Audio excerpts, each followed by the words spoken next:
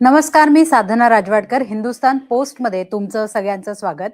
महापालिकांच्या निवडणुकांचे निकाल आज जाहीर होत आहेत आणि अनेक ठिकाणी भाजपला यश मिळालेलं आहे. तर भाजपला इतक्या सगळ्या महापालिकांमध्ये जागा कशामुळे त्यांच्या वाढल्या किंवा हे यश कशामुळे मिळालं, या सगळ्याचं विश्लेषण करण्यासाठी आज आपल्यासोबत उपस्थित आहेत भाजपचे प्रदेश प्रवक्ते अवधूत वाघ सर. नमस्कार. अवधूत सर, तुमचं हिंदुस्तान पोस्टमध्ये स्वागत. धन्यवाद. मला सांगा की आतापर्यंत जे निकाल हाती आलेत राज्यभरातले, तर त्याच्याकडे तुम्ही कसं पाहता? काय सांगाल एकूण या निकालाविषयी? साधारण 1 महिन्यापूर्वी महाराष्ट्रामध्ये पंचायत समित्या आणि नगर परिषदा यांचे निकाल हाती आले होते आणि त्या निकालामध्ये सुद्धा भारतीय जनता पक्ष अतिशय चांगले मार्क मिळवून उत्तीर्ण झाला. डिस्टिंक्शनने आम्ही पास झालो. त्याच यशाची पुनरावृत्ती या महानगरपालिकेच्या 29 महानगरपालिकेच्या निवडणुकीच्या निकालामध्ये आम्ही केलेली आहे. महाराष्ट्रातील जनतेने आणि विशेषतः या महानगरपालिकेतील अर्बन वोटर्सने आमच्यावर जो विश्वास दाखवलेला आहे त्याबद्दल मी आधी सर्वप्रथम त्यांचे ऋण व्यक्त करतो, त्यांना धन्यवाद देतो आणि त्यांना हेही आश्वासित करतो की आदरणीय पंतप्रधान नरेंद्रजी मोदी यांच्या नजरेतील आणि स्वप्नातील विकसित भारत हा आम्ही महाराष्ट्रामध्ये आमचे लाडके मुख्यमंत्री आदरणीय देवेंद्रजी फडणवीस यांच्या नेतृत्वाखाली त्या महानगरपालिकेमध्ये ज्या समस्या आहेत त्या समस्या सोडवून ते प्रत्येक शहर एक विकसित शहर केल्याशिवाय आम्ही राहणार. राज्यातल्या निकालाविषयी आपण बोलतोय, तर मुंबई, पुणे अशा ज्या महत्वाच्या महापालिका आहेत तिथेही भाजपच्या जागा वाढल्यात. तर त्यामागे नेमकं कोणता फॅक्टर महत्वाचा ठरला असं तुम्हाला वाटतं? लोक आहेत ना, हे पाहत असतात. आता पोकळ आश्वासनांवर किंवा तुमच्या वचननामा, शपथनामा अशा कुठच्याही गोष्टींवर आणि फ्री बीजवर लोक भुलत नाहीत. लोक तुमचा पास्ट परफॉर्मन्स बघतात आणि तुमची कॅपॅबिलिटी आणि कॅपॅसिटी जोखण्याचा प्रयत्न करतात. त्यातून त्यांना जे उमेदवार किंवा जो पक्ष हो हा आपल्या समस्या सोडवू शकतो असं वाटतं, त्याच्या मागे लोक एकदिलाने उभे राहतात. आज जर तुम्ही पुण्यात बघितलं तर पुण्यामध्ये गेल्या अनेक वर्ष प्रलंबित असलेला मेट्रोचा प्रश्न कोणी सोडवला? शेवटी देवेंद्रजींचं सरकार आल्यानंतर भारतीय जनता पक्षाच्या नेतृत्वाखालीच तो सोडवला गेला. आता पुण्याचा आणखीन एक विषय की पुण्याचे महापौर जे आमचे खासदार मोहोळ साहेब यांना केंद्रामध्ये मंत्रिपद मिळालं. अनेक वर्षानंतर पुण्याला मंत्रिपद मिळालं. त्यामुळे पुण्यावर महाराष्ट्राचाच नव्हे तर दिल्लीचीही नजर आहे, आशीर्वाद आहे हे पुणेकरांना कळलं. आणि ज्यावेळी आपल्या शहरातला एक खासदार केंद्रामध्ये मंत्री होतो त्यावेळी त्या शहराच्या विकासासाठी लागणारा केंद्रातला निधी आणण्यास कुठेही हा पक्ष कमी पडणार नाही हा विश्वास लोकांमध्ये तयार झाला. तुम्हाला आठवत असेल तर पुण्यामध्ये गेल्या वेळी 100हून अधिक कॉर्पोरेटर आमचे निवडून आले आणि त्या लोकांनी गेल्या 7 वर्षामध्ये 8 वर्षामध्ये म्हणजे त्यांच्या 5 वर्षाच्या कालखंडामध्ये आणि त्यानंतर सुद्धा आपापल्या प्रभागामध्ये जे काम केलं त्या कामाचा आशीर्वाद म्हणून पुणेकरांनी आम्हाला आशीर्वाद दिला. 2014ला नाशिकमध्ये पाहिलं तर आमचे 3ही आमदार भाजपचे निवडून आले. त्यांनी चांगलं काम केलं. 2019ला पुन्हा आमचे 3ही आमदार निवडून आले. 2024लाही निवडून आले. ज्यावेळी एका शहरातले 3ही आमदार पुन्हा पुन्हा निवडून येतात त्याचा अर्थ तिथे काहीतरी चांगलं काम चाललेलं आहे हे निश्चित. या 2 शहरांमध्ये पुणे आणि नाशिकचा मी तुम्हाला उल्लेख केला, तसंच मुंबईमध्ये घडलं. मुंबईमध्ये जर तुम्ही पाहिलं तर आदरणीय देवेंद्रजींना इन्फ्रामॅन म्हटलं जातं. म्हणजे आपल्याला आठवत असेल 1995 ते 1999 मध्ये ज्यावेळी भारतीय जनता पार्टी शिवसेनेची सत्ता आली सर्वप्रथम महाराष्ट्रामध्ये, त्यावेळी पीडब्ल्यूडी मिनिस्टर आदरणीय नितीन गडकरीजी होते. त्यांनी 27 पुलं बांधली, फ्लायओव्हर्स बांधले आणि मुंबईमधली वाहतुकीची समस्या चुटकीसरशी सोडवून दाखवली. एवढंच नव्हे तर मुंबई पुणे एक्सप्रेसवेचं बांधकाम सुद्धा गडकरी साहेबांनी स्वतःच्या कारकिर्दीमध्ये पूर्ण केलं. हे जे आमचं इन्फ्रास्ट्रक्चरचं काम होतं ते 2009 पासून 2014 पर्यंत हे साईडलाईन पडलं होतं. काँग्रेस आणि राष्ट्रवादीच्या राजवटीमध्ये मुंबईचा विकासच झाला नाही. परंतु 2014ला सत्तेमध्ये आल्यानंतर देवेंद्रजींनी जे वेगवेगळे प्रोजेक्ट्स घेतले, म्हणजे तिसऱ्या मुंबईची कल्पना आहे की अटल जो सेतूचा ब्रिज आहे, त्यामुळे तिसरी मुंबई तयार झाली. MMRDAच्या माध्यमातून अगदी वसई, विरार, डहाणूपर्यंत आम्ही पोहोचलो. डहाणूपर्यंत रेल्वे सुरू झाली. त्यानंतर पनवेलच्याही पुढे नवी मुंबईचा विस्तार झाला. आज तुम्ही जर बघितलं तर कोस्टल रोड तयार झालेला आहे. वेगवेगळी रेल्वेमध्ये जी काही अनमॅन्ड फाटकं होती त्याच्यावर ओव्हरहेड ब्रिजेस टाकण्यात आले. अगदी विक्रोळीला तुम्ही जाऊन बघितलं तर विक्रोळीला एक फाटक होतं, पण त्याच्यावर आता डायरेक्टली ब्रिज झालेले आहे, वाहनं त्याच्यावरून जातात. हे एवढे म्हणजे अनेक प्रोजेक्ट, म्हणजे 27,000 कोटी रुपये खर्च करून जे 7 STP टाकले, तो प्रोजेक्ट असो, आता Goregaon Mulund direct link road असो, की जो संजय गांधी उद्यानाच्या खालून जाणार आहे, मुंबईमध्ये असलेलं मेट्रोचं जाळं असो, हे सर्व मुंबईकरांनी गेल्या 10 वर्षामध्ये आपल्या डोळ्यास देखत बघितलेलं आहे. 2014ला मुंबईमध्ये सर्वप्रथम मेट्रो सुरू झाली. घाटकोपर ते वर्सोवा ह्या पहिल्या मेट्रोला एवढा प्रतिसाद मिळाला. त्यानंतर अगदी गुलाब्यापासून, चर्चगेट पासून आरे कॉलनीपर्यंत जाणारी भूमिगत मेट्रो असो किंवा वेगवेगळ्या रेल्वे लाईन्स, मेट्रोच्या लाईन्स असो, याने सर्वसामान्य माणसांचं जीवन सुखमय, सुखकारक आणि आनंददायी झालं. लोकांचं कम्युनिकेशनचं वेळ वाचला. त्यांना तेवढा वेळ आपल्या घरामध्ये, आपल्या कुटुंबामध्ये, आपल्या मुलांमध्ये देता आला. म्हणजे ज्याला आपण एक्स्ट्रा जो टाइम त्यांचा जो खर्च व्हायचा, तो त्यांचा पॉझिटिव्ह टाइम त्यांचा युटिलाइज होऊ लागला. हे सर्वसामान्य माणसांच्या जीवनामध्ये जर चांगलं आपण काहीतरी बदल घडवू शकू, तर डेफिनेटली लोक आपल्याला आशीर्वाद देतात. धारावी सारख्या जगातील, आशिया खंडातील सर्वात मोठ्या झोपडपट्टीचा विकास करण्याचं काम जे आज चालू आहे, ते आदरणीय देवेंद्र फडणवीस साहेबांच्या दूरदृष्टीने चालू आहे.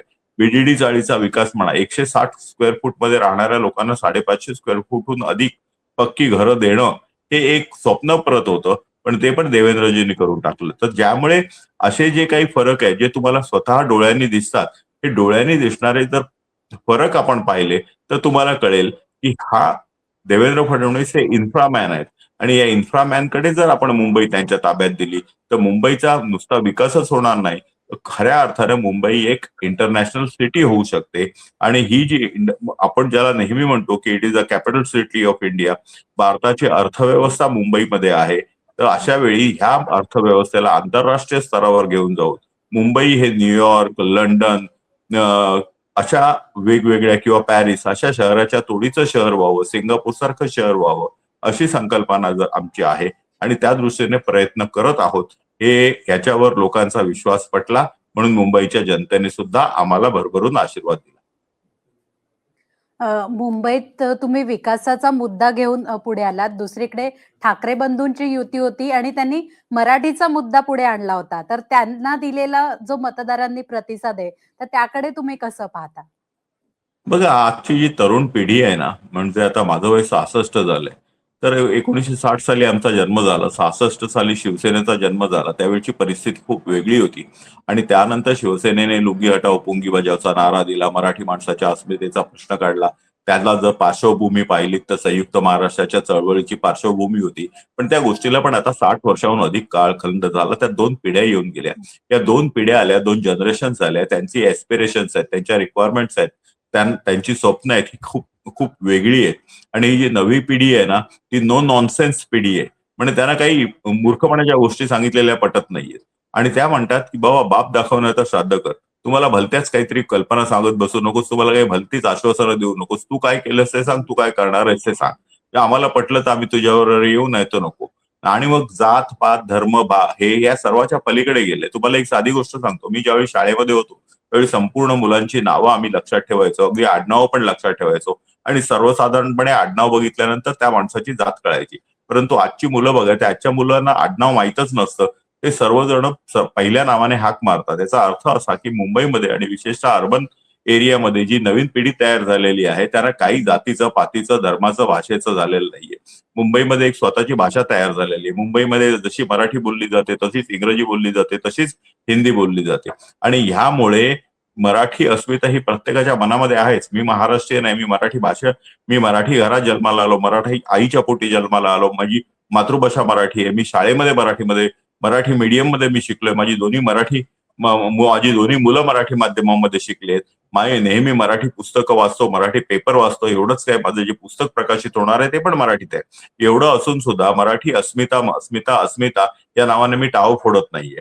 कारण मला माझ्या जीवन जगण्यासाठी अन्न, वस्त्र, निवारा हे माझ्यासाठी मूलभूत गोष्टी, आणि मी जिथे राहतो तिथे एक मला जाण्या येण्यासाठी चांगलं इन्फ्रास्ट्रक्चर, चांगलं पाणी, चांगलं वातावरण, चांगली हवा आणि एक चांगली कम्युनिटी मला हवी असते. आणि ह्याची गॅरंटी जो देईल त्या माणसाला मी माझं शहर पाठवतो. प्रत्येक वेळी अस्मितेचा कांगावा करून आणि अस्मितेच्या नावावरनं माणसाला एकदा किंवा दोनदा फसवता येतं. 1985 साली मुंबई महाराष्ट्रापासून तुटते म्हणून शिवसेना पहिल्यांदा सत्तेवर आली. त्या गोष्टीला आता 40 वर्ष झाली. या 40 वर्षामध्ये 2 पिढ्या बदलून गेल्या. प्रत्येक वेळी तुम्ही कोल्हा आला रे आला केलं, लांडगा आला रे आला केलं, तर त्या लांडग्याला नंतर कोण घाबरत नाही. लोकांना कळतं की हा खोटा बोलतो आहे. तर त्यामुळे मला असं वाटतं की लांडगा आला रे आला ही स्टोरी जशी आपल्याला माहितीये, तेवढीच ही फेक कल्पना आहे की मराठी अस्मिता आणि मराठी माणूस मुंबई बाहेर जातोय, मुंबई तोडली जाते. लोकांनी त्याच्यावर विश्वास ठेवला नाही. ठाकरेंची विश्वासार्हता संपली असल्यामुळे ठाकरेंच्या कुठच्याही आश्वासनावर मराठी माणसांनी विश्वास ठेवला नाही, मुंबईकरांनी विश्वास ठेवला नाही. परंतु आदरणीय देवेंद्रजींनी ज्याप्रमाणे नागपूर डेव्हलप केलं, मुंबई डेव्हलप केलं, नाशिक डेव्हलप केलं, पुणे डेव्हलप केलं, तशाच प्रकारे देवाभाऊ मुंबई अधिक डेव्हलप करतील या विश्वासाने पुन्हा एकदा मुंबईचं जे काही मतदानाचं दान आहे ते देवाभाऊंच्या, भारतीय जनता पक्षाच्या, आमच्या उमेदवारांच्या पारड्यात मराठी माणसांनी आणि इतर सर्व मुंबईच्या मतदारांनी घातलं. महापालिकांची निवडणूक लढवताना पक्षांची वेगळी वेगळी समीकरणं पाहायला मिळाली. तर आता जेव्हा सत्ता स्थापनेची वेळ येईल त्यावेळेस सुद्धा वेगळं समीकरण पाहायला मिळेल का? मग आता काही दिवसामध्ये मला वाटतं की 15 फेब्रुवारीच्या आत आपल्याला जिल्हा परिषदेच्या आणि पंचायत समितीच्या इलेक्शन संपवायचे आहेत. म्हणजे 15 फेब्रुवारी नंतर जवळजवळ 2029 पर्यंत कुठचीच इलेक्शन नाही. साधारण 3.5 वर्षानंतर लोकसभा येईल आणि 4 वर्षानंतर विधानसभा येईल. जर तोपर्यंत वन नेशन वन इलेक्शन झालं तर पुढची इलेक्शन यायला 4 किंवा 5 वर्ष आहे. आता याचा अर्थ असा की पुढची 4 किंवा 5 वर्ष निवडणुका नसल्यामुळे आम्ही भारतीय जनता पक्ष, शिवसेना आणि राष्ट्रवादी काँग्रेस पक्ष हे एकत्रित महाराष्ट्राचा कारभार चालवत आहोत, महाराष्ट्राचं सरकार चालवत आहोत. आणि त्यामुळे पुढची 4 वर्ष आम्हाला एकत्र राहूनच राज्यकारभार चालवावा लागेल. महानगरपालिकामध्ये मुंबई असोत, पुणे असोत, कुठच्याही असोत, या 29 महानगरपालिकामध्ये वेगवेगळ्या पक्षांनी वेगवेगळ्या पद्धतीने आपली ताकद आजमावून बघितलेली आहे. आता प्रत्येकाला आपापल्या खऱ्या ताकदीचा अंदाज आलेला आहे. उदाहरणार्थ बघा तर जळगावमध्ये सगळीकडे जवळजवळ 100% भाजप आहोत. अशाच तऱ्हेने आम्ही पुण्यामध्ये 100हून वर जाणार आहोत. पिंपरी चिंचवड आम्ही ताब्यात घेतलेली आहे, पनवेल आम्ही ताब्यात घेतलेली आहे. तर सोलापूरमध्ये भारतीय जनता पक्ष स्वबळावरच निवडणूक लढवली आणि आमच्या स्वतःच्या ताकदीने आम्ही लढवणार आहोत. पण जिथे जिथे आम्ही आधीच इलेक्शनच्या आधीच आमच्या मित्रपक्षांशी युती केली आहे तिथे आम्ही एकत्रितपणे सत्तेवर जाऊ. जिथे युती केली नाही तिथेही त्यांना आम्ही एकत्र सामावून घेऊ. आणि महाराष्ट्रातल्या या 29 महानगरपालिकेच्या जनतेने जो आशीर्वाद आम्हाला दिलाय, जो शब्द दिलाय, तो आम्ही खाली पडू देणार नाही. आम्ही तीनही पक्ष एकत्रितपणे येऊन अतिशय चांगला, ज्याला आपण ओपन बुक म्हणतो किंवा सर्व जगाला माहिती पडेल अशा पारदर्शी पद्धतीने कारभार करू. कुठेही आम्ही करप्शन करणार नाही, कुठेही आम्ही टंगळमंगळ करणार नाही. आम्ही 24 तास आणि आठवड्याचे 7 दिवस लोकांसाठी काम करू, एवढं प्रामाणिकपणे मी तुम्हाला सांगतो. आणि भारतीय जनता पक्ष, शिवसेना आणि राष्ट्रवादी काँग्रेस पक्ष हे एकमेकांच्या गळ्यात गळे घालून कारभार करतील असंही तुम्हाला मी अशी आशा व्यक्त करतो. धन्यवाद सर. मला नक्कीच आशा आहे की महायुतीचं सरकार जेव्हा प्रत्येक महानगरपालिकेमध्ये स्थापन होईल तेव्हा पारदर्शी कारभार आपल्याला पाहायला मिळेल. तुम्ही या सगळ्या विषयावर आम्हाला सखोल मार्गदर्शन केलं त्यासाठी मनापासून धन्यवाद. धन्यवाद. हिंदुस्तान पोस्टचे खूप खूप धन्यवाद. तुम्हाला ही मुलाखत कशी वाटली हे आम्हाला कमेंट करून नक्की सांगा आणि अशाच माहितीपूर्ण व्हिडिओसाठी हिंदुस्तान पोस्टला लाईक, शेअर आणि सबस्क्राईब करायला विसरू नका. धन्यवाद.